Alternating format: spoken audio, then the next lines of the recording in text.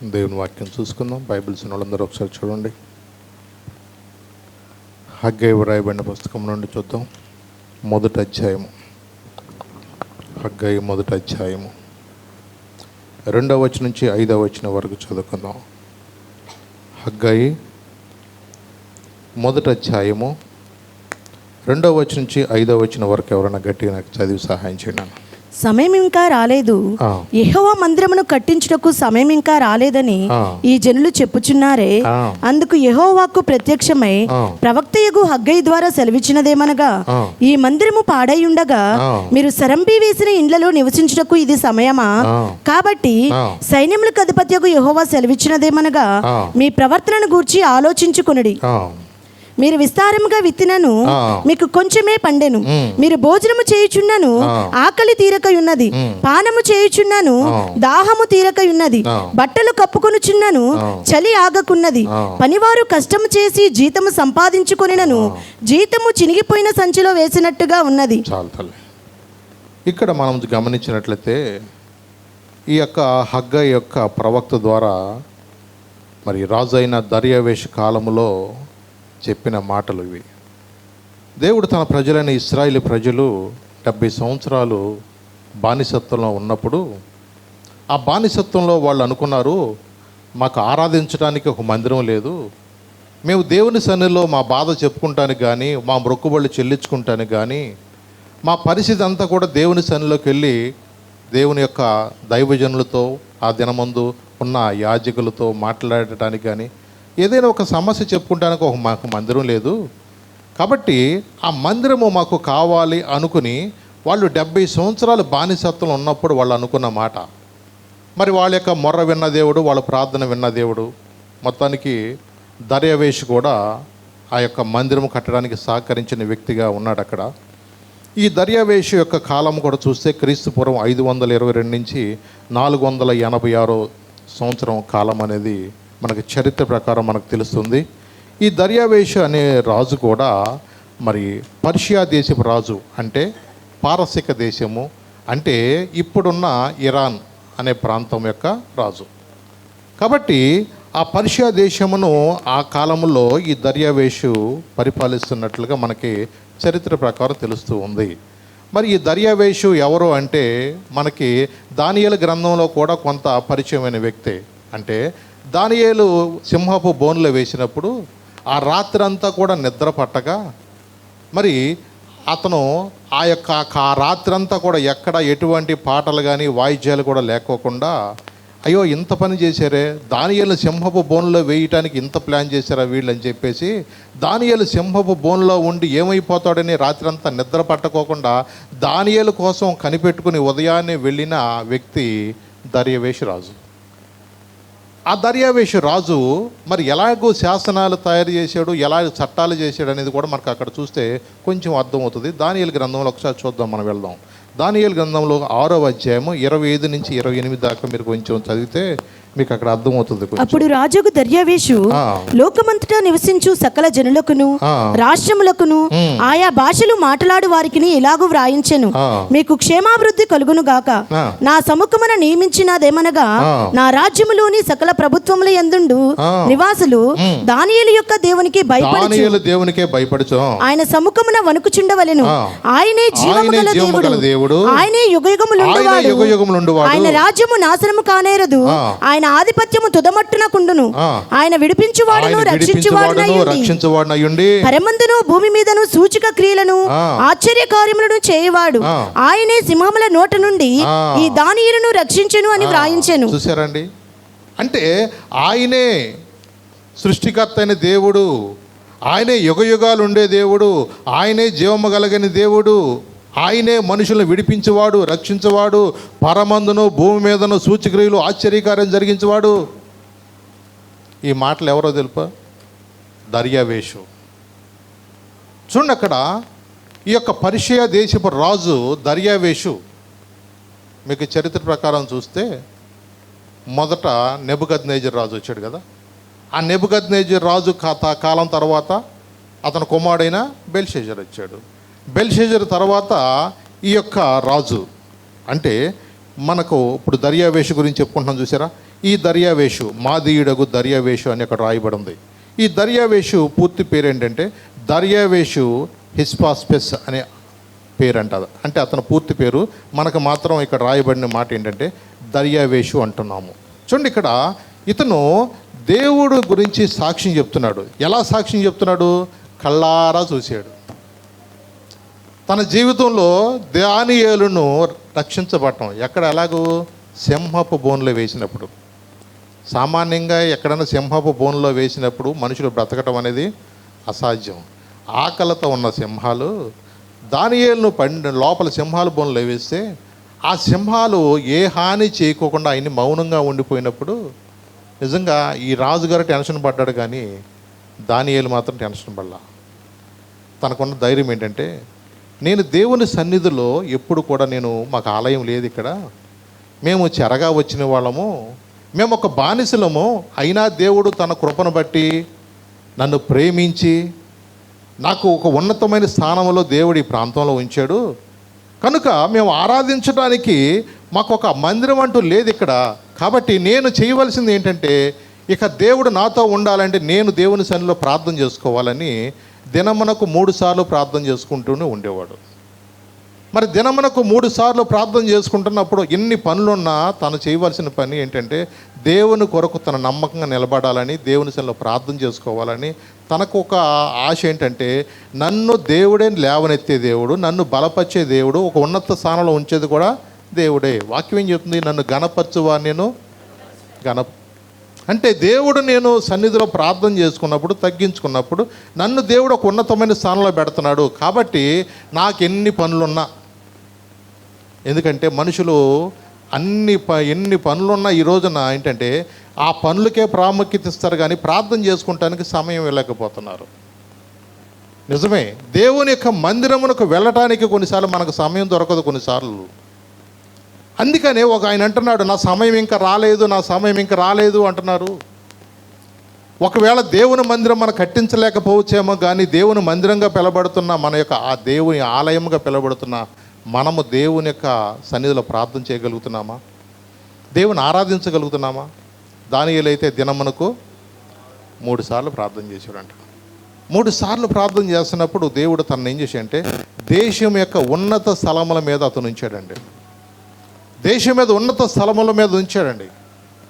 ఎంతమంది రాజులు మారినా సరే, బబులోను సామ్రాజ్యంలో కానీ, పారసీక సామ్రాజ్యంలో కానివ్వండి, మాదీయుల సామ్రాజ్యంలో కానివ్వండి, కొన్నిసార్లు పార్టీలు మారితే చెప్పండి అలా పోస్టులు కూడా ఏమైపోతాయి, మారిపోతాయి. కానీ ఈయనకి అలా లేదు. ఏ రాజుగారు వచ్చినా ఏమంటున్నారు? మాకు ప్రధానిగా నీవే మాకు ఉండాలా. చూడండి, దానియేలుకున్న విశేషమైన జ్ఞానాన్ని బట్టి, దానియేలు వెంబడించిన, దానియేలు నిజంగా కనుగొన్న ఆ యొక్క గొప్ప ఆధిక్యతను బట్టి దానియేలుకు ఉన్నతమైన స్థానం అనేది దొరికింది. ఇక్కడ మనం గమనించినట్లయితే రాజుగారే సాక్ష్యం చెప్తున్నాడు. ఆయనే విడిపించువాడు, ఆయనే రక్షించువాడు అయ్యుండి పరమందును భూమి మీదను సూచక్రియలను ఆశ్చర్యకార్యములు చేయవాడే, ఆయనే సింహముల నోటి నుండి ఈ దానియేలు రక్షించని వ్రాయించెను. చూసారండి? అంటే చూడండి, ఒక రాజుగారు మరి వాళ్ళందరికీ చెప్తున్నాడు ఇక్కడ. ఎందుకంటే నా రాజ్యములోని సకల ప్రభుత్వముల యందుండు నివాసులు దానియేలు యొక్క దేవునికి భయపడుచు ఆయన సముఖమున వణుకుచుండవలెను. ఆయనే జీవము గల దేవుడు, ఆయనే యుగయుగములుండువాడు, ఆయన రాజ్యము నాశనము కానేరదు, ఆయన ఆధిపత్యము తుదమట్టుకు ఉండును. చూడండి, ఒక సాక్ష్యం చెప్తున్నాడు రాజుగారే. కళ్ళారా ఏది చూశాడో ఆ సాక్ష్యాన్ని అనేక మంది పంచుకుంటున్నాడు. ఎప్పుడు నిజంగా తను ఆశ్చర్యపోయాడు. ఈ సింహాలకి ఏమన్నా ఆకలి ఇట్లేదు అనుకున్నారా? తర్వాత ఈ దర్యావేషు ఏం చేశాడంటే, ఎవరైతే దానియేలు మీద నింద మోపారో వారి కుటుంబాలతో సహా వాళ్ళందరినీ పిలిపించాడు. వాళ్ళందరినీ ఏం చేశాడంటే సింహాల బోన్లో వీళ్ళని వేసేయండి అన్నాడు. తింటగా లేదు చూద్దామని మొత్తం తీసుకొచ్చి సింహాల బోన్లో పడేస్తే ఆ గుహ అడుగుకు రాకముందే ఒక్కొక్కరిని కాలేజీకి లాక్కెళ్ళిపోయిన ఒక్కొక్కరు ఎముకలు సహితము బూడిదలు అంటే ఎముకలు సహితం కూడా పిండిలాగా తినేసినాయి అంట అవి. మీరు అవన్నీ కూడా దానియేలు గ్రంథంలో మీరు చూస్తే మీకు అర్థమవుతూ ఉంటుంది. చూసారా? అంటే చూడండి, ఇక్కడ ఎప్పుడైతే 24వ వచనం ఉంది ఆ మాట, రాజు ఆజ్ఞయ్యగా దానియేలు మీద నింద మోపిన ఆ మనుషులను వారు తోడుకొని వచ్చి సింహముల గుహలో పడద్రోసిరి. వారిని, వారి కుమారులను, వారి భార్యలను పడద్రోసిరి. వారు ఆ గుహ అడుగునకు రాకమునిపే సింహముల పాలైరి. సింహములు వారి ఎముకలను సహితము పగుల గొరికి పొడి చేసెను. చూసారండి ఎంతగా అంటే, పోనీ సింహాలు ఏమైనా ఆకలిగా లేవు కాదండి. దానియేలుని చూసినప్పుడు దేవుడు వాటి సింహాల నోళ్లను కూడా ఏం చేశాడు? ఆయన మోయించాడు. ఎందుకంటే నీకు వ్యతిరేకంగా రూపించబడిన ఏ ఆయుధం కూడా వర్తిల్లదు. ఎందుకంటే దేవుని యొక్క బిడ్డగా దానియేలుని చూసినప్పుడు సింహాలు నిజంగా అవి మారు మాట్లాడలేకపోయినాయి, అవి ఏమీ చేయలేకపోయినాయి. అలాగే మనం జీవమగల దేవుని బిడ్డలుగా నీవు ఉంటున్నప్పుడు, దేవుని నువ్వు గణపరుస్తున్నప్పుడు, నువ్వు ఎక్కడికి వెళ్ళినా నీకు వ్యతిరేకంగా ఎవరు ఎన్ని చేద్దాం అనుకున్నా అది ఎవరో కూడా నీ మీద అది ప్రయోగించలేరు.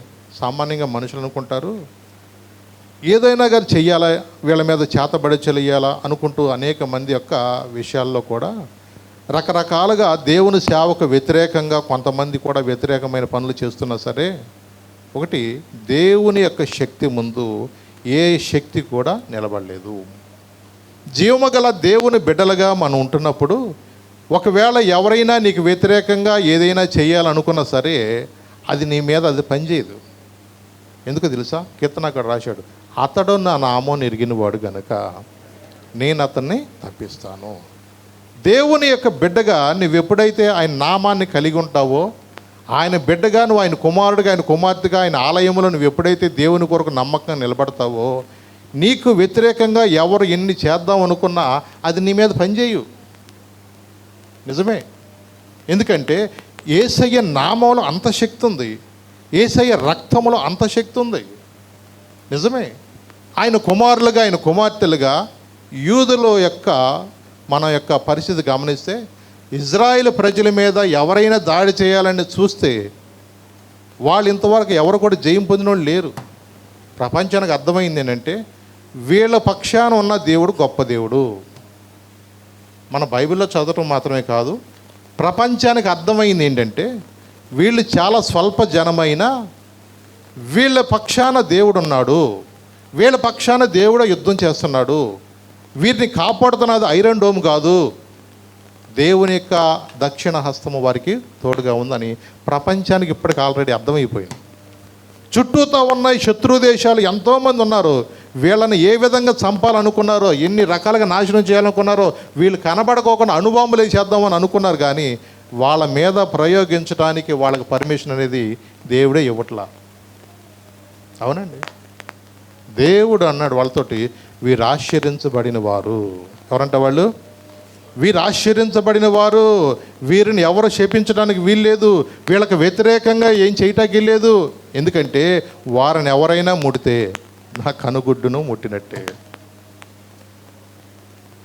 వారిని ఎవరైనా ముడితే నా కనుగుడ్డును ముట్టినట్టే. అవునండి, దేవుని కుమారులుగా, కుమార్తెలుగా ఇజ్రాయేల్ ప్రజలే కాదు, ఈ రోజున అబ్రహాము కుమారుడుగా, కుమార్తెగా, ఆత్మీయంగా నీకు ఎవరైనా గనక హాని చేయాలని చూసుకున్నారంటే మొర్దెకైకి జరిగిన సంఘటనే జరుగుతుంది. హామాన్ అనుకున్నాడు, వీడెంత, జనం ఎంత స్వల్ప జనం కదా, వీళ్ళని ఊరికినే చంపేద్దాం అనుకున్నాడు. కానీ ఏ వ్యక్తి అయితే వాళ్ళని వ్యతిరేకంగా చంపాలనుకున్నాడో ఆ వ్యక్తి అదే ఉరికొయ్య మీద ఉరి తీయబడ్డాడు. అవునండి, దేవుని యొక్క కుమారులుగా, కుమార్తెలుగా మనం ఎప్పుడైతే ఆయన్ని ప్రేమిస్తామో, ఆయన ఎప్పుడైతే వెంబడిస్తామో, దేవుడిచ్చే కాపుదల, వాక్యం ఏం చెప్తుందంటే ఇశ్రాయేలుని కాపాడేవాడంట కొనుకడు నిద్రపోడు అని చెప్తుంది. అందుకని ఎన్నో సందర్భాల్లో కూడా మనం గమనించినట్లయితే దేవుడు అంటున్నాడు వీళ్ళతోటి. మళ్ళీ ఇంకొకసారి చదువుతాం, ఈ 2వ వచనం నుంచి ఒకసారి మళ్ళీ చదువునా, హగ్గై పుస్తకం నుంచి ఒకసారి చదువు. సమయం ఇంకా రాలేదు, యెహోవా మందిరమును కట్టించుటకు సమయం ఇంకా రాలేదని ఈ జనులు చెప్పుచున్నారే. అందుకు యెహోవాకు ప్రత్యక్షమై ప్రవక్తయగు హగ్గై ద్వారా సెలవిచ్చినదేమనగా, ఈ మందిరము పాడై ఉండగా మీరు సరంబి వేసిన ఇండ్లలో నివసించుటకు ఇది సమయమా? ఈ మందిరము పాడై ఉండగా మీరు సరంబ వేసిన ఎండల్లో ఉండుట ఇది సమంజయమా? అంటే చూడండి, ఇది సమయమా? దేవుడు తన దాసుడైన దావీదుతో కూడా దేవుడు చెప్పాడు, నా మందిరము కట్టించు అన్నాడు. కానీ నా మందిరము కట్టించడానికి నీవు యోగ్యుడు కావు, నీ చేతులు అన్యాయం చేత రక్తము చేత నింపబడిన చేతులుగా ఉన్నాయి, నా మందిరం మాత్రం నువ్వు కట్టించొద్దు. నా మందిరం కట్టించడానికి నీ కుమారుడైన సొలొమోను ద్వారా నేను మందిరము కట్టించుకుంటాను అన్నాడు. అంటే చూడండి, కొన్నిసార్లు మందిరము కట్టడానికి కూడా దేవుడు కొంతమందికి పర్మిషన్ అనేది ఇవ్వలేదండి. నిజమే. ఎందుకంటే దావీదు యొక్క మరి జీవితంలో చూస్తే దేవుని యొక్క హృదయానుసారుడిగా జీవించాడు. కానీ దావీదును దేవుడు మందిరము కట్టడానికి పర్మిషన్ ఇవ్వలేదు. కానీ ఆ వస్తువులన్నీ సమకూర్చడానికి మాత్రమే దేవుడు అతను బలపరిచాడు ఇక్కడ. ఎందుకంటే మరి వీళ్ళు కూడా అనుకుంటున్నారు దేవుని యొక్క మందిరము కట్టాలన్న ఉద్దేశంతో. చూడండి, ఇక్కడ మనం గమనించినట్లయితే ఇర్మియా చూడండి 29వ అధ్యాయము 10వ వచనంలో,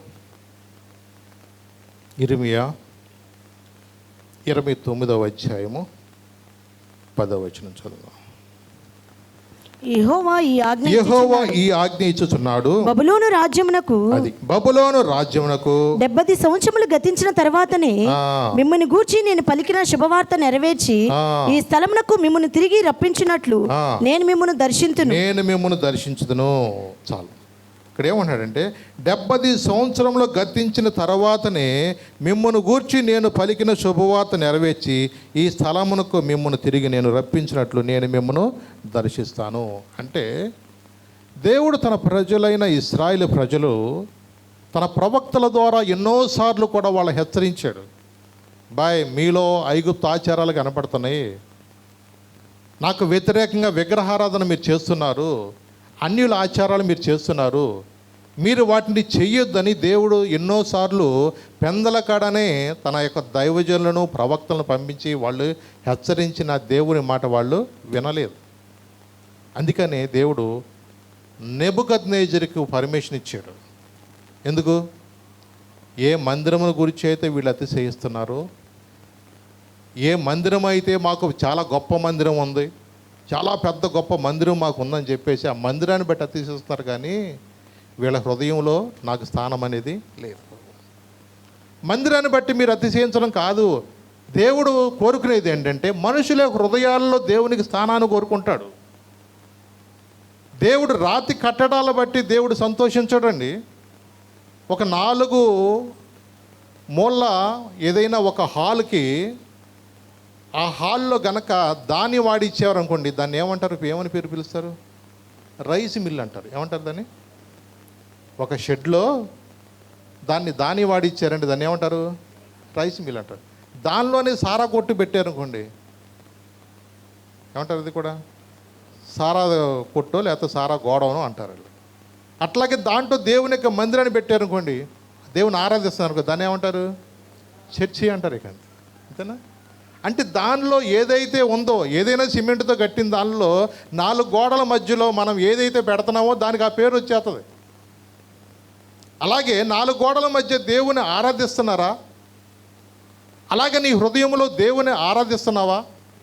ఒకటి, మన జీవితంలో మనం ఎప్పుడైతే బాగా తింటున్నాం అనుకో, వాడిని ఏమంటారు? తిండిపోతారు అంటారు. పొద్దుగూకులు నిద్రపోతున్నాడు అనుకోండి, ఏమంటారు చెప్పండి? ఏమంటారు? నిద్రపోతూ. ఈ లేచిన కాడి నుంచి 90 చేస్తున్నాను అనుకోండి, ఏమంటారు? అంటే అన్ని బోతులే. అంటే మనుషుల్లో దేనితో అయితే నింపుకుంటున్నాడో దానికి ఆ పేరు పెట్టేస్తారు. అలాగే దేవుడు కూడా సంతోషించేది ఏంటంటే, ఎన్నో సంవత్సరాలుగా దేవుడు వీళ్ళని ఐగుప్తు నుంచి బానిసతను విడిపించి వీళ్ళను వాగ్దాన భూమి పంపించి వీళ్ళకి పాలు తేళ్లు ప్రవహించే దేశంలో వీళ్ళని స్థిరపరిస్తే వీళ్ళు అనుకుంటున్నారు దేవుని మందిరాన్ని బట్టి అతిశయిస్తూ, మాకు అన్నీ ఉన్నాయి కదా అనుకుంటూ వాళ్ళు అతిశయిస్తూ దేవునికి సన్నిధిలో భయభక్తులు లేకుండా ఎవరిష్టానుసారంగా వాళ్ళు జీవించినప్పుడు దేవుడు హెచ్చరించాడు, మీరు అలా ఉండాలి ఇలా ఉండకూడదని దేవుడు చెప్తున్నాడు. కానీ వాళ్ళు వినలా. ఈ రోజున దైవజనుడు కూడా కొన్నిసార్లు మనకి ఎలా ఉండాలబ్బా, అలా వెళ్ళొచ్చు, అక్కడికి వెళ్ళకూడదు, ఇది తినాలి, ఇది తినకూడదు అని చెప్పినా సరే మనుషుల్లో ఎలా ఉంటుందంటే చాలామందిలో నిర్లక్ష్యంగా ఉంటారు. అంటే చూడండి, ఏదైతే మనము దేవుని సేవకుల ద్వారా మనం చెప్పబడిన మాటలు విన్నప్పుడు మనం అది పాటిస్తే మనకు అది ఆశీర్వాదం. ఏమో ఇందులే, ఎన్నిసార్లు నేను తాగితే నాకేమైనా అయిందా, ఎన్నిసార్లు నాకు ఇలా జరిగిందా అనుకోవచ్చు కొన్నిసార్లు. కానీ నువ్వు అనుకున్నాయి అని అనుకున్నట్టు జరిగి సావు అసలుగా. నిజమేనండి, మనం అనుకున్నాయి ఎందుకు జరుగుతాయండి, అసలు ఊహించనే జరుగుతుంది. ఈ రోజున నేను ఒక అమ్మ ఇట్టాగే బండి మీద వెళ్తా అబ్బాబలే నీళ్లు బాగా వెళ్తున్నాయి కదండి ఒకసారి అని చెప్పి మనం సెల్ఫీ దిగుదామని చెప్పి చల్లగా ఆ ప్రవాహం దగ్గర తీసుకెళ్ళి సెల్ఫీ దిగుదామని చెప్పి అంచు దాకా తీసుకెళ్ళి నాకు సెల్ఫీ దిగుదాం అనుకున్నాను. ఆడ అంచుకైతే ఎప్పుడైతే వాడికి అక్కడ ఉన్నాడో ఒక దోపు దోసింది ఇట్ట. ఎవరిని అలా ఆయన్నే ఒక్క దోపు దోసింది, ప్రవాహం కొట్టుకుపోయాడు. అంటే ఎవరో కాదండి బాబు, భార్య, కట్టుకున్న భార్యే. ఇవాళ ఎవడు నమ్మాలో నమ్మకూడదో కూడా అర్థం కావట్లా. నిజమే. అందుకని కొన్నిసార్లు వాళ్ళు ఆలోచించాల్సిన రోజులు వచ్చినాయి. ఇన్సూరెన్స్ కూడా ఎక్కువ చేసినా కూడా అనుమానమే.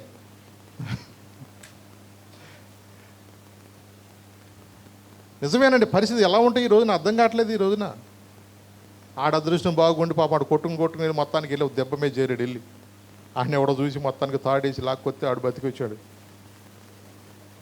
ఇక లాగి 2 గోప మీద వేసాడు. మళ్ళీ పెద్దవాళ్ళు ఏమంటారు, ఏదోలే జరిగింది రా, మళ్ళీ ఇద్దరు మళ్ళీ పంపించేశారు బండి మీద.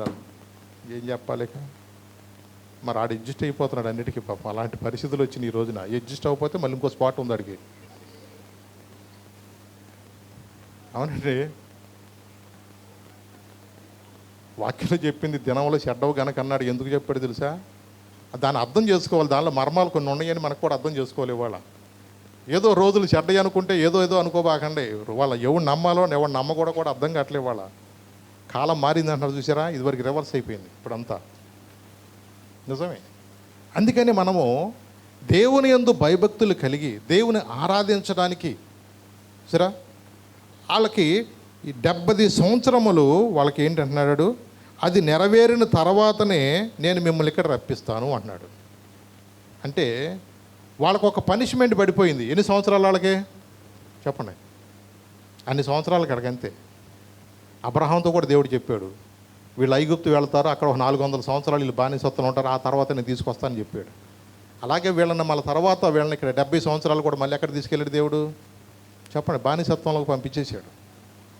కొన్నిసార్లు మన మాట వినకపోతే కొంత టైం పెట్టేస్తాడు దేవుడు మనకి. ఆ టైం ప్రకారం ఇక మన జీవితంలో నువ్వు ఎన్ని పులిమొగ్గలు వేసినా నీ జీవితంలో పైకి లేవటం అనేది జరగదు. నీకు ఒక టైం పెట్టేశాడు దేవుడు. ఏదంటారో చూడండి, అదే నీకు ఒక టైం పెట్టేశాడు దేవుడు. ఆ టైంలో ఇక నువ్వు చెప్పినా మాట వినలేదనుకో, నీ పరిస్థితి ఎలా ఉంటుందంటే ఆ కాలం నెరవేరేదాకా నువ్వెన్ని పులిమొగ్గలు వేసినా, ఎన్ని తపస్సులు చేసినా, తలకిందలుగా నువ్వు తలకాయ తపస్సు చేసినా నీ పరిస్థితి మారదు. అవునండి. ఎందుకంటే ఒక ఆయన అన్నవాడు అనుభవం చెప్పాడు, ముద్దొచ్చినప్పుడు అంటే సంకెక్కాలంట. దేవుడు బ్రతిమలాడుతున్నాడు, ప్రయాసపడి భారం మోసుకున్న సమస్త జనులారా ఇప్పుడు నా యొద్దకు రండి రబ్బాయి, నేను మీకు విశ్రాంతినిస్తాను, నా కాడి సులువు, నా భారం తేలిక, మీరేదో నన్ను గురించి ప్రార్థనకు వస్తున్నారని సిగ్గుపడిపోబాకండి. దేవుడు బ్రతిమలాడిన కొంతమందికి వినరు. వాళ్ళు ఎప్పుడు ఇక అట్లా తిరుగుతూనే ఉంటారు అంతే.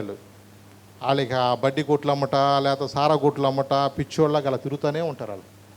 వాళ్ళకి ఇక దేవుడికి ఆ రాత పెట్టాడేమో అనిపిస్తుంది కొన్నిసార్లు. ఇక వాళ్ళకి దేవుని గురించిన అవగాహనే ఉండదు. ఎందుకంటే దేవుడు కొంతమందికి ఆ అవకాశం ఇస్తాడు, కొంతమందికి అవకాశం దొరకదు. నిజమేనండి. ఇక్కడ మనం గమనించినట్లయితే మందిరము అనేది వాళ్ళకి మరి లేక వాళ్ళు ఎంతో బాధపడుతున్నారు వాళ్ళందరూ కూడా. ఎందుకంటే దేవుని సన్నిధిలో వెళ్ళినప్పుడు వాళ్ళ పరిస్థితి అంతా చెప్పుకుంటా వాళ్ళకి అవకాశం ఉండేది. మరి వాళ్ళ ఉద్దేశం ఏంటంటే, మేము ఎప్పుడైతే ఈ యొక్క బానిసత్వం నుంచి విడుదల పొందుతామో, బానిసత్వం విడుదల పొందిన తర్వాత మేము దేవుని యొక్క మందిరము మేము కట్టుకోవాలన్న ఆశ అయితే వాళ్ళకి ఉంది. మరి కానీ వాళ్ళు అనుకున్నట్టుగా బయటపడిన తర్వాత వాళ్ళు అలా చేయలేదంట. వాళ్ళు అనుకుంటున్నారు ఇంకా 2వ వచనంలో, సమయం ఇంకను రాలేదు, యెహోవా మందిరం కట్టించుటకు సమయం ఇంక రాలేదని ఈ జనులు ఏం చేస్తున్నారు, చెప్పుకున్నారు. అంటే వాళ్ళు అనుకుంటున్నారు మొదట మనం ఇల్లు కట్టించేసుకుందాం. ఏమనుకుంటారు, ముందు ఇల్లు కట్టించేసుకుందాం, ఆ తర్వాత మనము దేవుని యొక్క మందిరం కడదాం అనుకున్నారు. సరే, మొత్తానికి మొదలెట్టారు, ఇల్లు కట్టుకుంటున్నారు. ఈ లోపు ఇల్లు కట్టినాక మళ్ళీ ఇంకోటి ఉందిగా, పెళ్లి చేయాలిగా. సామాన్యంగా ఒక మనిషిలో ఇల్లు కట్టినా పెళ్లి చేసిన పరిస్థితులు చాలా వరకు అప్పుల్లోకి వెళ్ళిపోతారు. అలాగూ వాళ్ళ యొక్క పరిస్థితి మారిపోయింది అక్కడ. ఈ లోపు మరి ప్రతి సంవత్సరం కూడా ఏమి వేయాలా, పంటలు అనేది పండించుకోవాలి.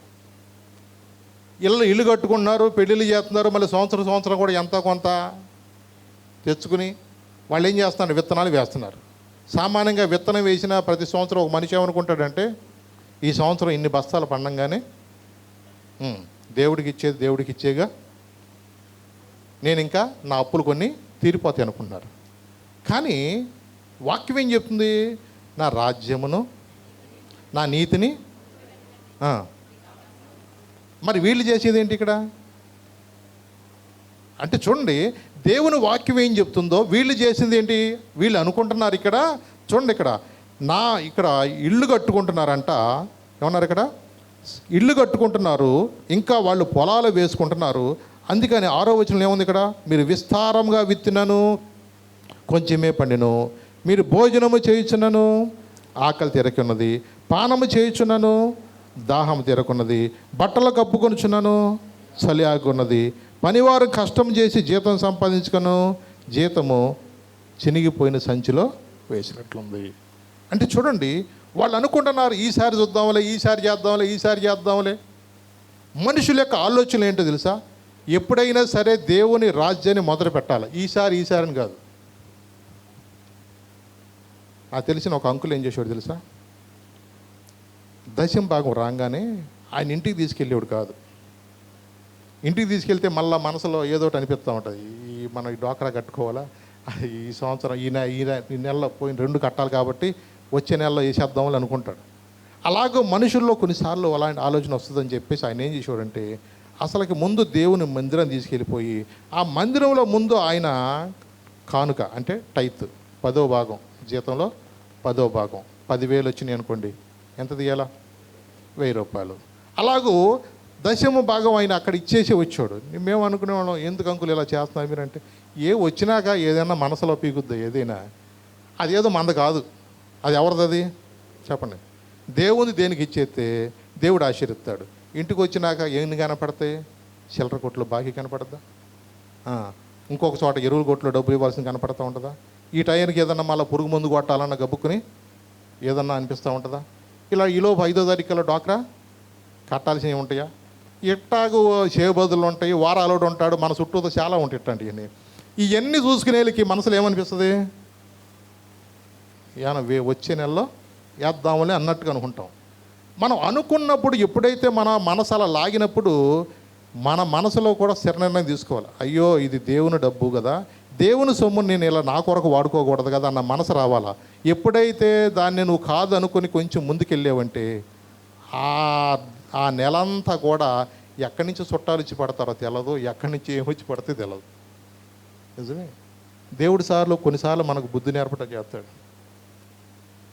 నేను ఇంటర్మీడియట్ ఆ వయసులో ఉన్నప్పుడు కూడా మెడలో ఒక బంగారం గొలుసు ఉండేది నాకు. నేను మామూలుగా నైట్ టైం పడుకునేటప్పుడు ఇదంతా కొంచెం చిక్కాగా ఉంటుందని చెప్పేసి తీసుకెళ్ళి జేబులో పడేసుకున్నా. ఇక మామూలుగా షర్ట్లో పడేసాను, అక్కడే తగిలిచ్చాను. ఈలోపు మధ్యరాత్రులు ఎవడో అన్నాడు, పక్కన ఇల్లు తగలెడుతుంది అన్నాడు. ఇల్లు తగలెడుతుందని గబుక్కుని మళ్ళీ షర్ట్ తీసుకుని నేనేం చేశానంటే గబుక్కుని చూద్దామని గబగబా బయటికి వెళ్ళిపోయా. ఎప్పుడైతే అలా పరిగెత్తుకు వెళ్ళిపోయానో నాకు తెలియదు జేబులో ఇది ఉన్న సంగతే. మరి ఇది ఎప్పుడు పడిపోయి నాకు తెలియదు. తెల్లారు చూసుకుంటే వేసుకుందామన్న మెడలో కనపడతల్లా. ఇక మొత్తం ఎతికినా, ఇల్లంతా ఎతికినా, ఏం చేసినా, బీరువాలు ఎతికినా, ఎక్కడెతికినా కనపడి చావట్లా. ఇక మా నాన్నకు ఒక నిర్ణయం తీసుకున్నారు, రే నెలలో ఒక తప్పు జరిగిందిరా, దశమ భాగం ఇద్దాం అనుకున్నా కానీ ఈ నెలలో తీయలేదు, ఈ నెల వచ్చే నెల 2 కలిపి తర్వాత నెలలో ఇద్దాం అనుకున్నా, నేను తప్పు నాదేరా, ముందు నువ్వేం చేస్తావంటే వెళ్ళి దశమ భాగం తీసుకెళ్ళిపోయి చర్చి కాడికి తీసుకెళ్ళి ఇచ్చేసిరా ముందెళ్ళి, నువ్వు ఇచ్చేసి వస్తే దేవుని సన్నిధిలో ప్రార్థన చేసుకుందామని అన్నాడు. సరే, నాకు ఆ రోజుల్లో సైకిలే ఉంది, ఈ సైకిల్ వేసుకెళ్ళి గబగబా నేను అక్కడికి వెళ్ళి, ఆ రోజుల్లో ఏబులమ్మ గారు మా పెద్దమ్మ ఉండేరు వాళ్ళు, అక్కడ ఇచ్చేసి నేను అక్కడే నుంచునే ఉన్నాను. నేను అక్కడే ఉండగా నా ఫోన్ వచ్చింది, నీ చైన్ దొరికిందిరా అని. నేను అక్కడే ఉన్నా. ఇప్పుడు ఈ రోజుల్లో లాగా సెల్ ఫోన్లు లేవు కదా, ఆ రోజుల్లో ఇవన్నీ ఇట్ట తిప్పునే ఫోన్లేగా, ఇట్ట గిర్ర గిర్రని తిప్పే ఫోన్లే, మొత్తానికి ఆ ఫోన్లో ఉండేది. మా పెద్దమ్మ అక్కడ ఉన్నాడా అంటే ఉన్నాడు. సరే, మొత్తానికి రే నీ గొలుసు దొరికిందిరా అని ఫోన్ వచ్చేసింది అమ్మటే. ఏడాడి ఎట్ట దొరికిందంటే, ఏమోరా అది ఇసుకలో పిల్లలంట గోడిగం బిళ్ళ ఆడుతున్నారంట, ఆ గోడిగం బిళ్ళ ఆడుతుంటే ఆ చిట్టేటప్పుడు ఏం దొరికిందంట, ఆ బిళ్ళతో పాటుగా ఈ చైన్ కూడా పైకి ఇట్టా లేసి వచ్చిందంట. అప్పటికే చెప్పొచ్చాం జనాలందరికీ, అబ్బాయి నా గొలుసు ఏమైనా పోతే చూడండిరా అని చెప్పాం. వాళ్ళకి అందరికి అర్థమైపోయింది, ఇది అన్నయ్య గొలుసు ఇదేనేమో అనుకుని అప్పటికే ఇసుకలో పడి నల్లగైపోయింది అది. దాన్ని ఒకసారి వాష్ చేసి చూసుకుంటే నాది. చూడండి, అది చాలా వెయిట్ ఉండేది ఆ రోజుల్లో. చూడండి, అది ఎప్పుడైతే మనకు దొరికిందో కొన్నిసార్లు అనిపించింది నాకు, దేవుడు ఎట్టన వసూలు చేస్తాడేమో అనిపించింది నాకు. మనం దేవుడికి ఇవ్వాల్సిన దాన్ని మనం ఏం చేస్తామంటే కొన్నిసార్లు ఏదో చిన్న మనసు వస్తుంది, మనుషులు అన్నాక ఏదో ఉంటుంది, ఇద్దాములే నా సమయం ఇంకా రాలేదు, ఇంకా టైం ఉందిలే, ఈ సంవత్సరం ఈ నెలలో అప్పులు ఎక్కువ ఉన్నాయి, ఇవన్నీ ఉన్నాయిలే మనసులో అనిపిస్తూ ఉంటుంది. ఏదో చేద్దాము, దేవుని మందిరంకో ఏదో చేద్దామన్న మనసులో ఉంటుంది. కానీ కొన్నిసార్లు మనకు మనమే ఏదో బతుకు, కనీసం 10 సిమెంట్ కట్టలు కూడా ఎవరో బతుకు అని అట్లా అనుకుంటాము. కానీ కొన్నిసార్లు ఏదో మనసులో ఒక పీకులాట అయిపోతూ ఉంటుంది. ఒకటి దేవుడు చెప్పినట్లుగా నా రాజ్యమును, మలాకీలో చూడండి ఒకసారి, మలాకీ 3వ అధ్యాయంలో ఉంది, 10వ వచనం కూడా చదువునాను ఒకసారి. మలాకీ 3:10 చదువును.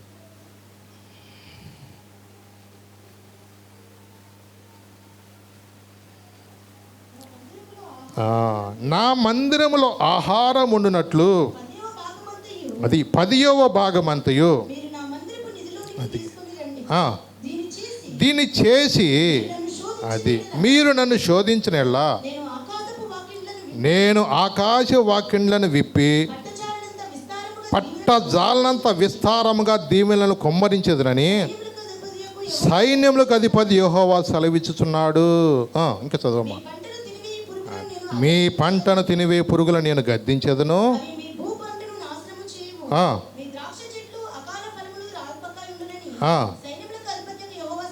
చూసారా దేవుడు ఎలాంటి వాగ్దానం ఇస్తున్నాడో చూడండి. అక్కడ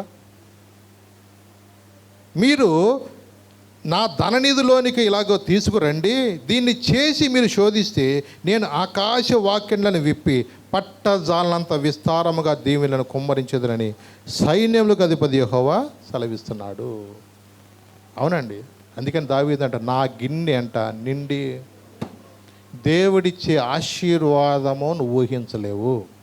అవునండి, ఇచ్చి నువ్వు శోధించు అన్నాడు దేవుడు. ఏమన్నాడు? నువ్వు ఇచ్చి శోధించు. కొన్నిసార్లు మనం ఎలా ఉంటుందంటే అనా పైసలతో లెక్కెడతాం.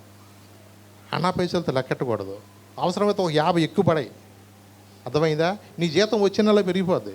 నిజమే, నేనేదో మీకు ఆశించి ఎప్పుడు అడగనండి, అలాగా నేర్చుకోండి అని చెప్తున్నాను. నేను అట్లా ఇచ్చాను కాబట్టి నేను అట్లా దీవెని పొందుతున్నాను. మీరు కూడా అలా దీవెని పొందండి. అందుకని నువ్వు దేవుని ఎలాగ పొందుతావో నీ చేతిలో ఉన్నది అదంతా.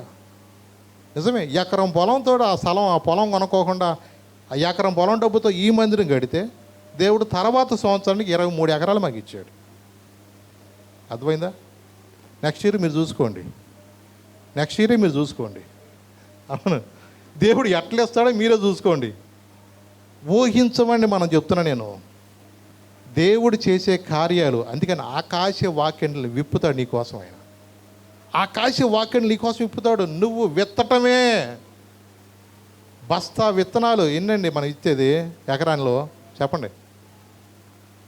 కొంచెం విత్తనాలు మనం విత్తితే బోళన్ని ఎకరంలో మనము ఎన్ని సెంట్లు ఆకేస్తాం చెప్పండి? 5 సెంట్లు ఆకైనా ఇంచుమించు నార్మల్ ఉడిపోయితే 4 సెంట్లు ఆకేస్తారేమో. అంటే చూడండి, ఒక 20 కేజీలు మనం ఎప్పుడైతే దానిలో విత్తనాలు దానిలో విత్తుతామో మనం కోసేటప్పుడు 40 బస్తాలు వస్తాయి. 20 కేజీలు వేసినప్పుడు 40 బస్తాలు ఎలా వస్తున్నాయి? అట్లాగే నీవు దేవుని సన్నిధిలో దేవుని యొక్క పరిచర్యలో కూడా మనం విత్తటం ఎప్పుడైతే నేర్చుకుంటామో దాని ఆశీర్వాదం నువ్వు ఊహించవు. నిజమేనండి, మనం ఊహించం. దేవుడు కొన్నిసార్లు ఆయన చేసే కార్యాలు నువ్వు ఊహించవు. అలాంటి గొప్ప కార్యాలు దేవుడే జరిగిస్తాడండి ఆయన. అందుకని వాళ్ళు అనుకుంటున్నారు మేము ఇక్కడ నష్టపోతున్నాము, చాలా బానిసత్వంలో ఉన్నాము, మేము దేవుని మందిరంలోకి వెళ్ళి ఎన్నోసార్లు దేవుని మా బానిసత్వం చెప్పుకునేవాళ్ళం. ఈ రోజున మేము అనుకుంటున్నాము దేవుని యొక్క మందిరం వెళ్ళంగానే కట్టాలనుకున్నాం. కానీ వాళ్ళు అనుకుంటున్నారు ఇల్లు కట్టుకుంటున్నారు, పెళ్ళిళ్ళు చేసుకుంటున్నారు, మళ్ళా విత్తనాలు విత్తి మళ్ళీ పంటలు వేసుకుంటున్నారు. కానీ వాక్యం ఏం చెప్తుందంటే వాళ్ళు చేసినదంతా కూడా వ్యర్థమైపోతుందంట. చినిగిన సంచిలో వేసినట్లుగా ఏమైపోతుందంట అది. చూడండి, వారు కష్టము చేసిన జీతం అంట, సంపాదించుకున్న జీతము చినిగిపోయిన సంచిలో వేసినట్లుగా ఉంది. ఎందుకు అనుకుంటున్నారు వీళ్ళక? ఈ రోజున దేవుని సన్నిధిలో రావటానికి, దేవుని ఆరాధించడానికి కూడా ఈ రోజున మనుషులు ఏమనుకున్నారు తెలుసా? టైం లేదండి అనుకున్నారు. చిన్న మోకాళ్ళ నొప్పులు వస్తే ప్రార్థన మానేస్తున్నారు, చిన్న కడుపు నొప్పులు వచ్చినా ప్రార్థన మానేస్తున్నారు. ఈ రోజున ఎవడైనా ఫంక్షన్, పెళ్ళైనా, సావు అయినా, ఎవడు కౌరంపినా ఆదివారాలు దేవుని యొక్క మందిరం మానేస్తున్నారు. ఈ రోజున మనం అలా ఉండటానికి కాదండి. అందుకని దేవుని సన్నిధిలో మనం ఎప్పుడు కూడా దేవుడు ఒక మాట చెప్పాడు, పరిశుద్ధ దినాన్ని ఏం చేయాలంటే చెప్పండి, పరిశుద్ధంగా మనం ఏం చేయాలా? ఆరాధించాలా. మరి అన్నిటికీ సమయం ఇస్తున్నాం కదా, దేవుని యొక్క సన్నిధికి వెళ్ళటానికి మన సమయానికి ఎందుకు రాకూడదు? ఈ రోజున మనుషులు అనుకుంటున్నారు దేవుడిచ్చే రక్షణను ప్రతి ఒక్కరోజు వాయిదా వేస్తూ ఉన్నారు. దేవుడు ఏమంటున్నాడు? నేడే రక్షణ ఆనందం పొందేదం, యేసు ప్రేమను కనులారా చూచేదం. నేడే రక్షణ ఆనందం పొందేదం, యేసు ప్రేమను కనులారా చూచేదం. హల్లెలూయా హల్లెలూయా హల్లెలూయా హల్లెలూయా హల్లెలూయా హల్లెలూయా హల్లెలూయా హల్లెలూయా హల్లెలూయా హల్లెలూయా హల్లెలూయా హల్లెలూయా. నేడే రక్షణ ఆనందం పొందేదం, యేసు ప్రేమను కనులారా చూచేదం. సమయం లేదని సాకులు మానేదం, చక్కని దేవుని ప్రక్కకు చేరేదం.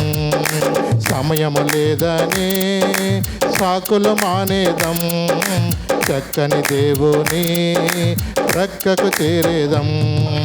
హల్లెలూయా హల్లెలూయా హల్లెలూయా హల్లెలూయా హల్లెలూయా హల్లెలూయా. నేడే రక్షణ ఆనందం పొందేదం, యేసు ప్రేమను కనులారా చూచేదం. పాపము మానేదం, కోపము వీడేదం, తిట్టులు మానేదం, తిరుగుడు ఆపేదం. పాపము మానేదం, కోపము వీడేదం, తిట్టులు మానేదం, తిరుగుడు ఆపేదం. హల్లెలూయా హల్లెలూయా హల్లెలూయా హల్లెలూయా హల్లెలూయా హల్లెలూయా హల్లెలూయా హల్లెలూయా హల్లెలూయా హల్లెలూయా హల్లెలూయా హల్లెలూయా. నేడే రక్షణ ఆనందం పొందేదం, యేసు ప్రేమను కనులారా చూచేదం. హల్లెలూయా. నేడే రక్షణ. సమయం లేదనుకోవద్దు ఎప్పుడు కూడా. నిజమేనండి, మనం ఎప్పుడైతే దేవుని సన్నిధిలో సమయం ఇస్తామో, దానియేలు దేవుని సన్నిధిలో 3 సార్లు ప్రార్థన చేశాడంట. దావీదు దేవుని సన్నిధిలో 3 సార్లు ప్రార్థన చేశాడు, 7 సార్లు దేవుని స్తుతించాడు. రాజులయ్యుండి వాళ్ళకి సమయం ఉన్నప్పుడు సామాన్యులమైన మనకి సమయం దొరకట్లేదా? మనకు ఎప్పుడు సమయం దొరుకుతుందో తెలుసా? వ్యాధి వచ్చినప్పుడు, అప్పులలో చింటి మీద తిట్టినప్పుడు, అప్పుడు వద్దన్న కొద్ది కన్నీటి ప్రార్థన అవుతుంది. తప్పితేనో ఎగ్జామ్ తప్పినప్పుడల్లా అప్పుడు వస్తుంది కన్నీటి ప్రార్థన. ఇట్లాగూ మనకి ఏదైనా తేడా వచ్చినప్పుడు మనకేమో కన్నీటి ప్రార్థనలు వస్తుంది. ఆ తేడా రాకముందే ప్రార్థన చేస్తున్న కన్నీటితో నీకు ఈ బాధలు రావుగా. అందుకని మనం సమయాన్ని దేవుని సన్నిధిలో మనం ఇవ్వటం నేర్చుకోవాలా. పరిస్థితులు తారుమారైపోయినాక నీకు ఒక టైం పెట్టేసినాక ఆ టైం ఇంకేమి చేయలేమేక. నీకు ఇచ్చిన టైంలో అయ్యా బాబా నేను బొజ్జగించినప్పుడు మాట వినలా, అందుకని దేవుడు నీకు ఒక టైం పెట్టేశాడు. మరి 10 ఏళ్ళు ఎట్టాడో, 5 ఏళ్ళు ఎట్టాడో, 20 ఏళ్ళు ఎట్టాడో అది ఆయనకే మన పర్మిషన్ అడుక్కోవాలా. 70 సంవత్సరాలు వాళ్ళు బానిసత్తులో ఉన్నదట్టు కదా, అయినాకే అన్నాడు అంతే. నీకు ఎంత టైం పెట్టాడో నాకు తెలియదు, నాకెంత టైం పెట్టాడో నాకు తెలియదు. మరి దేవుడు ఒక సమయం నిర్ణయించేదాకా మనం ఉండకూడదు. ఇప్పుడు నేరం చేసినాక జనాలకు ఏం పెడతారు చెప్పండి? ఎన్ని సంవత్సరాలు జైలు శిక్ష అంటే అన్ని సంవత్సరాలు తప్పదు. నువ్వు చేసిన దానికి కొన్ని సంవత్సరాలు నీకు గవర్నమెంట్ కానీ కోర్టు కానీ చట్టం పెడుతుంది. ఈ 7 సంవత్సరాలు యావజ్జీవ కారాగార శిక్ష అంతే.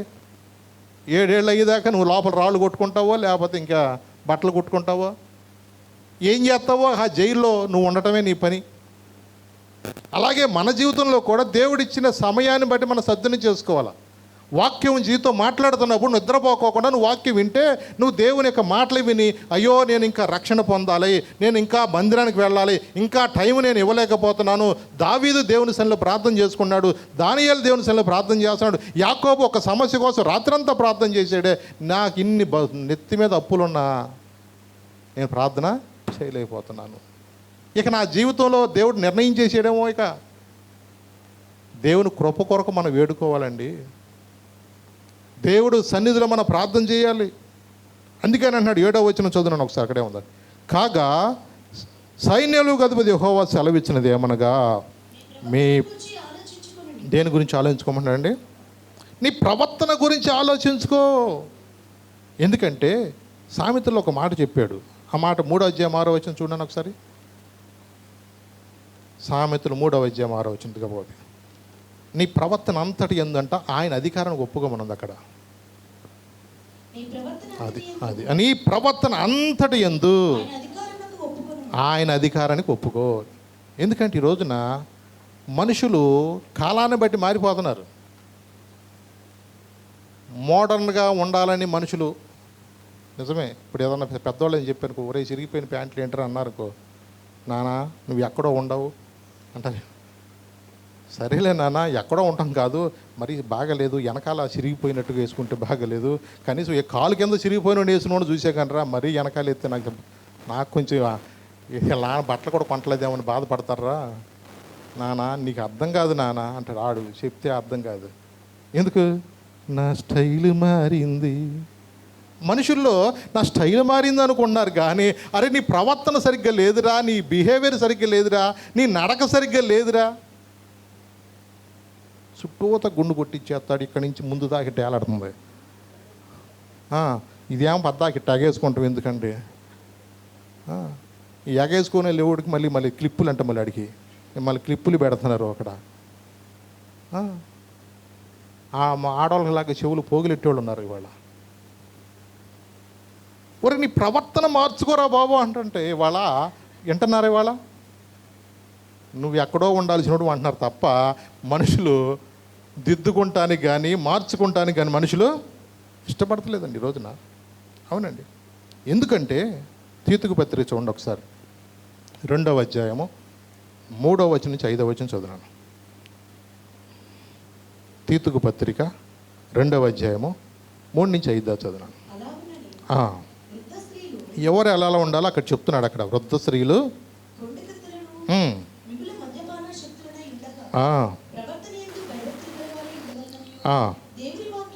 దేవుని వాక్యము దూషింపబడకుండానట్లు యవ్వన స్త్రీలు తమ భర్తలకు లోబడి ఉండి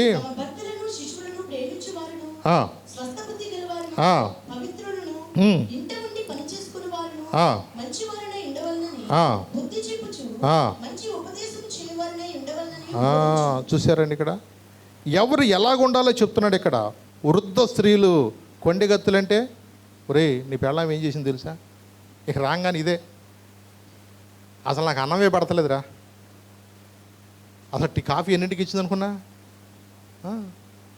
అసలు రాగానే కంప్లైంట్ ఇదే.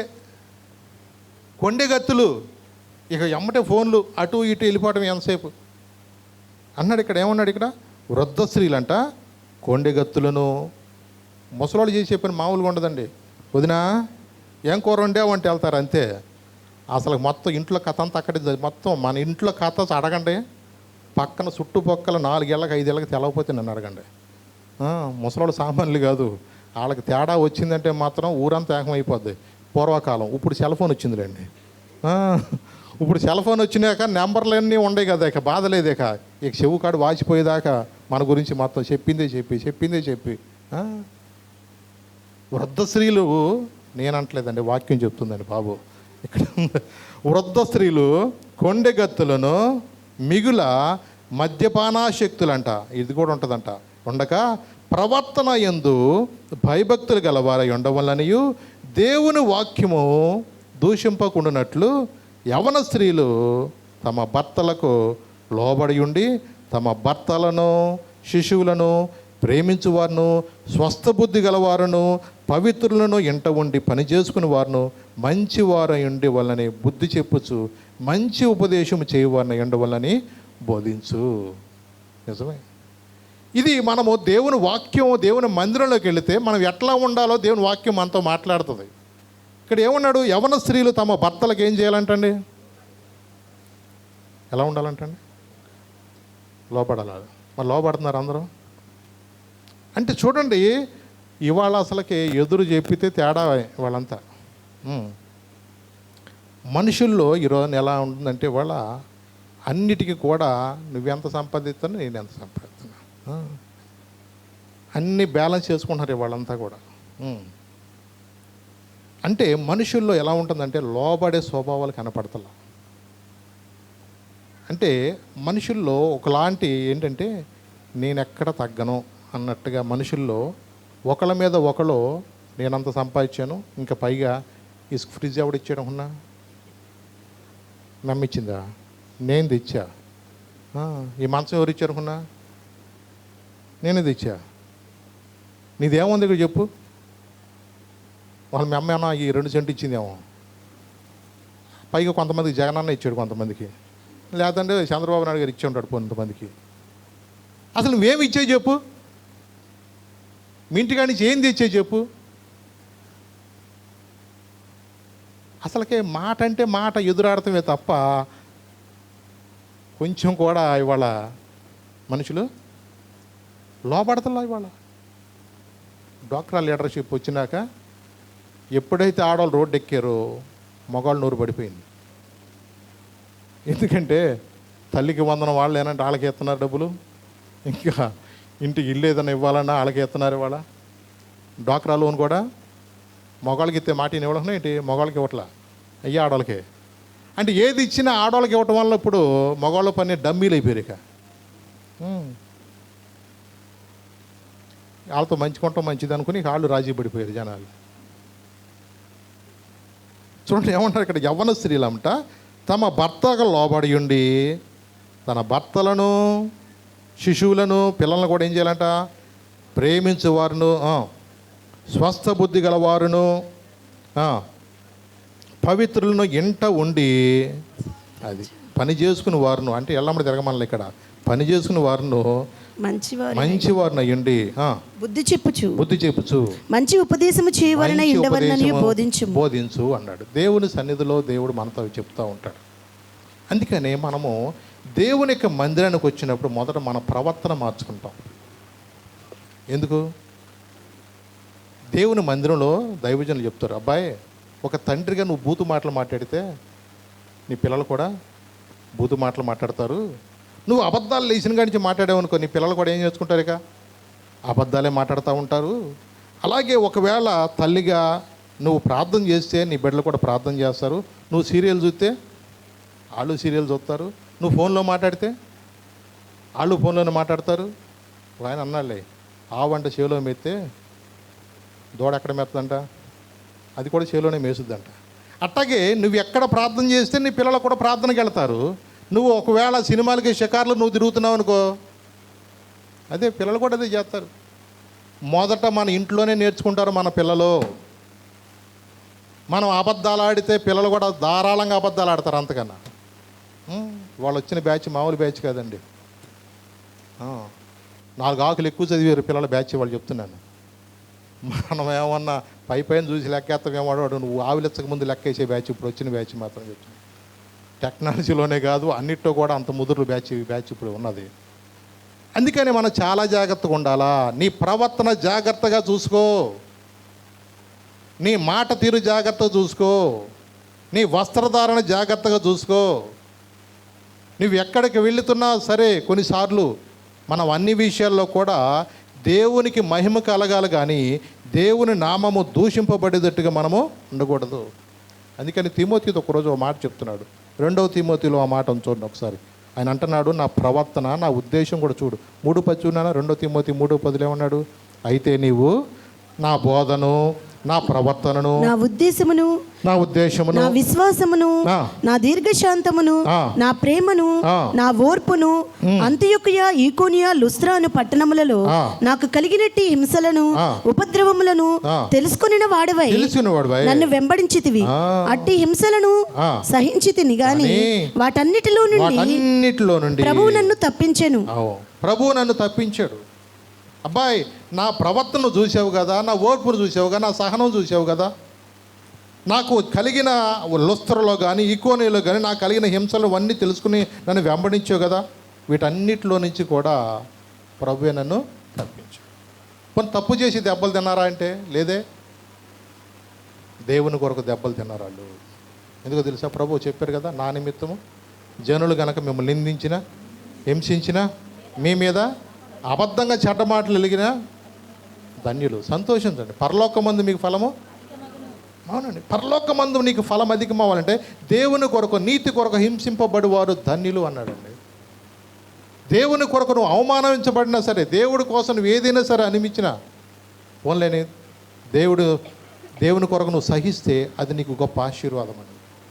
ప్రార్థనకి వెళ్తున్నావు, నిన్ను ఎవరో తిట్టినా దానికోసం నువ్వు సహించుకో తప్ప, నీ లిమిట్లో నువ్వు ఉండు, నీ సంగతి నా సంగతి నీకెందుకు, ఈ మాటలు కూడా మనం ఇప్పుడు కూడా మాట్లాడకూడదు. మనం ప్రేమించి వాళ్ళ కోసం మనం ప్రార్థించే వరకు ఉండాలి. ఎందుకో తెలుసా?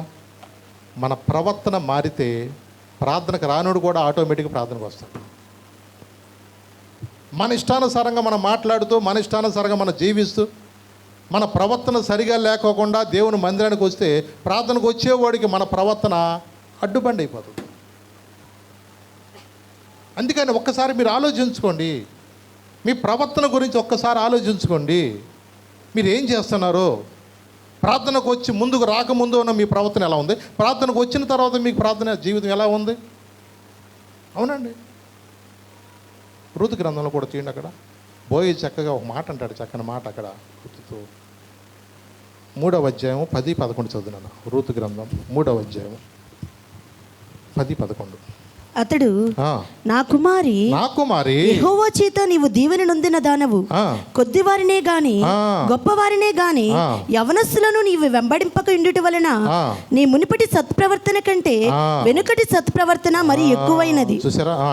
కాబట్టి నా కుమారి భయపడకము, నీవు చెప్పినదంతయు నీకు చేసేదను, నీవు యోగ్యురాలువని నా జనులందరూ ఎరుగుదురు. యోగ్యురాలువని నా జనులందరూ కూడా తెలుసుకుంటారు.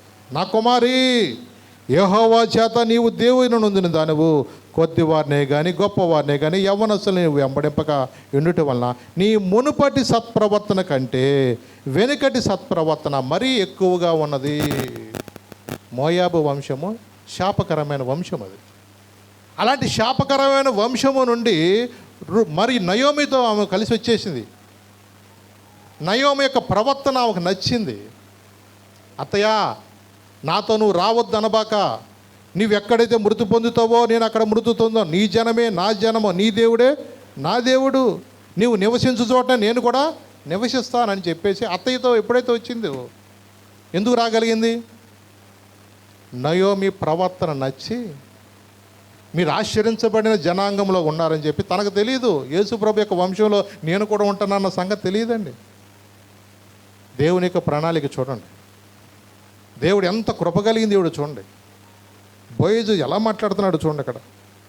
నీ మునుపటి సత్ప్రవర్తన కంటే వెనుకటి సత్ప్రవర్తన మరి ఎక్కువగా ఉన్నది. మరి ప్రార్థనకు వస్తున్న మన జీవితాల్లో మన ప్రవర్తనను బట్టి, అబ్బాయి నువ్వు ప్రార్థనకు ముందు అలాగున్నావు, ప్రార్థనకు వచ్చిన తర్వాత నీలో మార్పు వచ్చిందని మనల్ని ఎవరైనా గమనిస్తున్నారా? బయటోడు కాదు, ముందు మన ఇంటోళ్ళే చెప్పాలా. మన బూతులు ఆడుతున్నామో లేదో చెప్పండి, ఎవరు చెప్తారు? ముందు ఇంటి వాళ్ళకి అర్థమైపోతుంది. మన అబద్ధాలు ఆడుతున్నామో లేదో ఎవరు చెప్తారు? ఇంటి వాళ్ళకి అర్థమైపోతూ ఉంటుంది. మనం ఫోన్లు ఎక్కువ చూస్తున్నామో లేదో ఎవరు చెప్తారు? ఇంటి వాళ్ళు చెప్తూ ఉంటారు. మనము ఇక రకరకాలైన బిహేవియర్ కనపడుతుంది అనుకోండి ఇంట్లో, అది ఇంట్లోకి అర్థమైపోతూ ఉంటుంది. అందుకని మనం కొన్నిసార్లు జాగ్రత్తగా ఉండాలా. దేవుని సన్నిధిలో మనం ఇంకా ఏదో నా టైం ఉంది, నాకు సమయం ఇంకా రాలేదు అనుకోబాకండి. నష్టం ఎందుకు జరుగుతుంది? ఆయన అంటున్నాడు, 9వ వచనం కూడా చదువు, హగ్గై 1:9 కూడా చదువు. విస్తారముగా కావాలనని మీరు ఎదురు చూచితిరి గాని కొంచెముగా పండెను. మీరు దానిని ఇంటికి తేగా నేను దానిని చెదరగొట్టితిని. ఎందుచేతనని యెహోవా అడుగుచున్నాడు, నా మందిరము పాడై ఉండగా మీరందరూ మీ మీ ఇండ్లు కట్టుకొనుటకు త్వరపడుట చేతనే కదా. చూసారా, నా మందిరము పాడై ఉండగా మీరందరూ ఏం చేస్తారు? మీ ఇల్లు కట్టుకుంటాకు తొందరపడుతున్నారు. ఇంకేమనంటే ఏమన్నా టైం ఉందిలేండి, ఆగండి. చూసారా, దేవుడు మాట్లాడేది ఏంటో తెలుసా? అందరికి మందిరాలు కట్టేటానికి పర్మిషన్ దేవుడు ఇవ్వడు, కానీ దేవుడు కొరింథీ పత్రికలో చూసారా ఏమన్నాడు? నీ దేహం అంట దేవుని ఆలయం అనేది. ఎవడైతే దీన్ని పాడు చేస్తాడో, అందుకని ఈ మందిరాన్ని నువ్వేం చేయకూడదు, నువ్వు పాడు చేయకూడదు. దీనిలో నువ్వు ఏది పడితే అది నింపటానికి వీల్లేదు. నీ ఇష్టానుసారంగా నీ శరీరాన్ని వాడుకుంటానికి నీకు పర్మిషన్ లేదు. నువ్వు విలువ పెట్టి కొనబడిన వాడవు. నీవు అసలు నీ సొత్తే కాదు, నువ్వు నా సొత్తు అన్నాడు దేవుడు. నేను నా రక్తం ఇట్టి నిన్ను కొన్నాను అన్నాడు వాక్యంలో. దేవుడు తన స్వరక్తం ఇచ్చి మళ్ళీ ఏం చేశాడంట? కొన్నాడు. నీ నోరు ఎవడది మరి? దేవుడిది. నీ కళ్ళు ఎవడయే మరి? నీ కాళ్ళు చేతులు ఎవడయే? 5 నిమిషాలు ఆక్సిజన్ ఆపితే నువ్వేమవుతావు? డామ్మని కింద పడతావు. ఎందుకు ఆ మిడిచిపాటు ఎందుకు మనకి? మరి దేవుడు ప్రేమించి నీకు ఇచ్చిన కళ్ళును వాక్యం చదువుకోరా, శుభ్రంగా ఏదైనా దేవుని వాక్యం చూడరంటే లేచిన కానించి పనికిమాలిన చూస్తుంటే దేవుడు ఊరుకుంటాడా? దేవుడిచ్చిన ప్రతి అవయవమును కూడా దేవుడు లెక్క అడుగుతాడు. అందుకని 2 కాళ్ళు కలిగి నువ్వు సినిమాలకు పరిగెత్తే కంట 1 కాలు కలిగి అన్న నువ్వు ప్రార్థనకు వస్తే మంచిది అబ్బాయి అన్నాడు. 2 కళ్ళు కలిగి నువ్వు పనికిమాలిన చూసే కన్నా 1 గాజు కన్ను ఎట్టుకున్నానా? దేవుని చూసే, ఆయన చూసే కన్నులు మనకు కావాలండి. నిజమేనండి, దేవుని యొక్క సన్నిధిలో మనము గడిపేవారుగా మనం ఉండాలండి ఇక్కడ. ఎందుకంటే తినటానికి సమయం ఇస్తున్నాము, నిద్రకు సమయం ఇస్తున్నాం, పొలంకి వెళ్ళటానికి సమయం ఇస్తున్నాం, చదువుకుంటానికి సమయం ఇస్తున్నాం, పెళ్ళిళ్ళకి సావులకి వెళ్తానికి సమయం ఇస్తున్నాం. మరి మందిరానికి రావడానికి సమయం ఉందా? ప్రకటన గ్రంథం తీయని ఒక మాట, ప్రకటన గ్రంథంలో 1వ అధ్యాయం 7వ వచనంలో, ఇదిగో ఆయన మేఘారూఢుడై వచ్చుచున్నాడు. ప్రతి నేత్రము ఆయనను చూచును. ప్రతి నేత్రము కూడా ఏం చేస్తుందంటండి? ఆయన చూస్తుంది. ఆయనను పొడిచిన వారును చూచెదరు. పొడిచిన వాళ్ళు కూడా చూస్తారు. భూజనులందరూ కూడా ఆయనను చూచి రొమ్ము కొట్టుకుంటారంటండి. రొమ్ము కొట్టుకుంటారంటండి. రక్షణ పొందకపోతే, మారు మనసు అనుభవంలోకి వెళ్ళకపోతే ఆ దినం అందంటే, అయ్యో నేను ఇంకా రక్షణ పొందలేదు, నేను ఇంకా మారు మనసు పొందలేదే. ప్రభు చెప్తున్న రాకడ సూచనలు జరుగుతున్నాయి. సముద్రాన్ని ఆపగలిగిన శక్తి ఏ దేశానికన్నా ఉందా? భూకంపాన్ని ఆపగలిగిన శక్తి ఏదన్నా ఎవరికైనా ఉందా? నువ్వు ఎంత టెక్నాలజీ అన్నా సంపాదించుకోండి, బతికుంటే బలిసాగ తినొచ్చని ఎవడికాడి పారిపోతున్నాడు తప్ప ఎవడో కూడా సముద్రానికి ఎదురెళ్ళినోడు ఎవడు లేడు. భూకంపం వచ్చినప్పుడు పారిపోదామన్న అవకాశం ఉంటే పారిపోతారు, లేకపోతే లేదు. సృష్టిలో గాలిని కూడా నువ్వు ఆపలేవు. కాబట్టి మనం ఎంత టెక్నాలజీ సంపాదించుకున్నా దేవుని ఉగ్రత ముందు ఎవడో కూడా నిలబడలేడు. యేసయ్య రాకడ సమయంలో ఎదిరేగే రక్షణ నీకుందా? యేసయ్య రాకడ సమయంలో ఎదిరేగే రక్షణ నీకుందా? లోకాశలపై విజయము నీకుందా, లోకాశలపై విజయము నీకుందా. రావయ్యా యేసయ్య వేగరావయ్యా, రావయ్యా యేసయ్య వేగమే రావయ్యా, రావయ్యా యేసయ్య వేగరావయ్యా, రావయ్యా యేసునాథ్ వేగమే రావయ్యా. రాకడ సమయంలో కడబోర శబ్దముతో యేసును చేరుకునే విశ్వాసం నీకుందా, యేసును చేరుకునే విశ్వాసం నీకుందా. అవునండి, ఆయన రాకడలో నువ్వు వెళ్ళగలిగిన ధైర్యం నీకుందా? ఎవరికి ధైర్యం ఉంటుంది? బుద్ధి గల కన్నికలంట దేవుని రాకడను గురించి అవగాహన కలిగి ఉన్నారు కాబట్టి వాళ్ళు సిద్ధపడ్డారు. ఈ రోజున ఎందుకు మనుషులు సిద్ధపడలేకపోతున్నారు అంటే, లూకాసు వార్తలో ప్రభు ఒక ఉపమానం చెప్పారు. లూకాసు వార్త 13వ అధ్యాయము 25 నుంచి 27 చదువును ఒకసారి. లూకాసు వార్త 13వ అధ్యాయము 25 నుంచి 27 దాకా. ఇంటి యజమానుడు లేచి తలుపు వేసిన తరువాత మీరు వెలుపల నిలిచి తలుపు తట్టి అయ్యా మాకు తలుపు తీయమని చెప్పనారంభించినప్పుడు ఆయన మీరెక్కడి వారో మిమ్మల్ని ఎరుగునని ఉత్తరము మీతో చెప్పును. అందుకు మీరు నీ సముఖమందు మేము తిని త్రాగుచుంటిమే, నీవు మా వీధులలో బోధించితివే అని చెప్పసాగుదురు. అప్పుడు ఆయన మీరెక్కడి వారో మిమ్మల్ని ఎరుగునని మీతో చెప్పుచున్నాను, అక్రమము చేయి మీరందరూ నా యొద్ద నుండి తొలగిపుండని చెప్పును. చూసారా, ఇంటి యజమానుడు తలుపు వేయబడిన తర్వాత అంట, అయ్యా మాకు తలుపు తీ, మాకు తలుపు తీ, నాకు తలుపు తీ అంటారంట. నోవా దినముల్లో కూడా అలాగే ఉన్నారు. 120 సంవత్సరాలు ఆత్మస్వరూపిగా దేవుడు మాట్లాడితే ఓడలోకి రెండయ్యా అని బతిలాడితే ఒక్కడు కూడా రాలి. జలప్రళయం ప్రారంభమైన తర్వాత భయంకరమైన వర్షం, ఆకాశానికి తోములు పడినట్టుగానే అంత భయంకరమైన వర్షంలో నిజంగా అనుకోలేదు వాళ్ళు. ఆ కాసేపట్లోనే భయంకరమైన వర్షం వచ్చేసి ఆ ఓడ కూడా తేలిపోతున్నప్పుడు ప్రజలు పరిగెత్తుకెళ్ళి, అయ్యా నోవాహు తలుపు తీయంటే, తలుపు వేయబడిన తర్వాత నేను తీయలేను. ఈ రోజున దేవుడు మనకు ద్వారాలు తెరిచాడు. నా సమయం ఇంకా రాలేదని ఇంకా మనం అలా ఉండటానికి కాదు.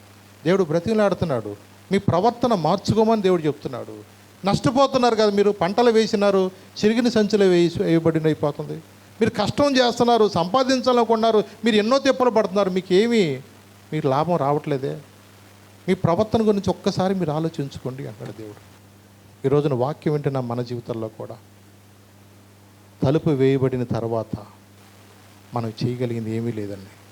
అందుకని అన్నాడు ఇక్కడ, ఇంటి యజమానుడు లేచి తలుపు వేసిన తర్వాత మీరు వెలుపల నిలిచి తలుపు తట్టి అయ్యా మాకు తలుపు తీయమని చెప్పనారంభించినప్పుడు ఆయన మీరు ఎక్కడ వారో మిమ్మను ఎరగనని ఉత్తరము చెప్పు. అందుకు మీరు అంటారంట, నీ సముఖమందు మేము తిని త్రాగుచుంటమే, నీ మా వీధుల్లో బోధించవని చెప్పసాగుదురు. అప్పుడు ఆయన మీరెక్కడ వారో మిమ్మను ఎరుగని మీతో చెప్పుచు, అక్రమ చేయి మీరందరూ కూడా నా యొద్ద నుండి తొలగిపోండి.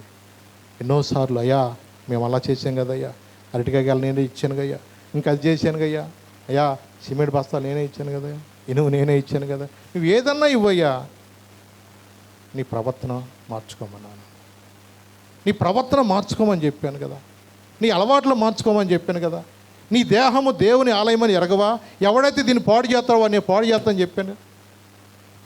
సమయం లేదని నువ్వే మానుకోకుండా నీ ఇష్టానుసారంగా నువ్వు జీవించావు. తలుపు వేయబడిన తర్వాత మళ్ళీ తలుపు అనేది తీయబడదు. మన అలా ఉండటానికి కాదండి. దేవుడు ప్రేమించి మనల్ని బ్రతిమలాడుతున్నాడు రక్షణ పొందడానికి. నేడే రక్షణ, నేడు అనుకూల సమయం. మనం ఇంకా సమయం లేదని మనం అనుకోవద్దు. ఏ రోజు ఏం సంభవిస్తుందో మనకు తెలియదు. రాకడ దినాలు సంభవిస్తున్న ఈ దినాల్లో మెలకువ కలిగి ఉందాం. బుద్ధిగల కనికలు సిద్ధపడదాం. లేచి నిలబడదాం. చిన్న ప్రార్థన చేసుకుందాం. ప్రభుతో చెప్దాం, ప్రభా నాకు ఇంకా సమయం లేదనుకుంటూ ఇంకా అనేక సందర్భాల్లో నేను అనేక రకాలైన కార్యక్రమాలకు వెళుతున్నాను, అనేకమైన ఎవరు పిలిస్తే వాళ్ళకి వెళ్తున్నాను, కానీ ప్రభా నీ మందిరంలో నీ పాదాల దగ్గర గడపాలని జ్ఞానం నాకు దయచే ప్రభా. నీ సన్నిధిలో నీవిచ్చే సంతోషం నాకు కావాలయ్యా, నీవిచ్చే ఆనందం నాకు కావాలి ప్రభా. నీవు లేని జీవితం మాకు వ్యర్థం ప్రభా. నిజమే ప్రభా, మాతో మాట్లాడుతున్నావు ప్రభా. అయ్యా నిజమే, రూతును బట్టి బోయేజ్ అంటున్నాడు ప్రభా తండ్రి, నీ యొక్క మునుపటి సత్ప్రవర్తన కంటే ఇప్పటి ప్రవర్తన బాగుంది అంటున్నాడు ప్రభా. నాయనా నా జీవితంలో కూడా ప్రభా మునుపటి ఒకవేళ నేను నాయన మంచివాడిని కాకపోయినా నీ వాక్యం విన్న నా జీవితంలో మార్చుకునే జ్ఞానం దయచే ప్రభా. ఎందుకంటే ప్రభా నీ మందిరానికి వచ్చి కూడా ప్రభా నీ నామానికి అవమానకరంగా ఉండకూడదు నా జీవితాన్ని ప్రభా. తండ్రి సాకులు చెప్పేటట్టు ఉండని వద్దు ప్రభా. అయా నాయన ఏదో ఆ పని ఉందంటూ ఈ పని ఉంది అనుకుంటూ నీ సన్నిధి కన్నా ప్రభా నీ మందిరము కన్నా వేరే దానికి నేను ప్రాముఖ్యతనివ్వద్దు ప్రభా. నా రాజ్యమును నా నీతిని మీరు మొదట వెతకండి, మీకు కావలసిన నేను ఇస్తాను సెలవిచ్చే ప్రభా. నీ మాటలు మమ్మల్ని బలపరచినట్లు సహాయం చేయండి. నీ వాక్యానుసారంగా జీవించే జీవితం మాకు దయచేయండి. లోబడే జ్ఞానం మాకు దయచేయండి. మమ్మల్ని మేము తగ్గించుకునే జ్ఞానం మాకు దయచేయండి ప్రభా. నీ పాదాల దగ్గర ప్రభా ఇంకనో ఎలుగెత్తి మొరపెట్టే వారికి సహాయం చేయండి. మా ఎడల నీకున్న సిద్ధపరిచిన ప్రణాళికను నెరవేర్చడానికి ప్రభా నీకు వందనాలు చెల్లించుకున్న ప్రభా. నీ మాట వినుకోకుండా అయా 70 సంవత్సరాలు బానిసత్వంలో బ్రతికినట్టుగా మా జీవితాలు ఎక్కడ బానిసత్వంలోనూ ప్రభా శ్రమల పాలైపోటాకి అప్పుల పాలైపోటాకి మేము ఉండనివద్దు ప్రభా. మెలకు కలిగిన ఆత్మను మాకు దయచేయండి. ఈ వాక్యం మాలో ఉత్తరవేయండి ప్రభా. వాక్యం వింటున్న ప్రతి బిడ్డను కూడా మీరు ఆశీర్వదించమని యేసు నామమున నడుచున్నాను తండ్రి. ఆమేన్, ఆమేన్, ఆమేన్.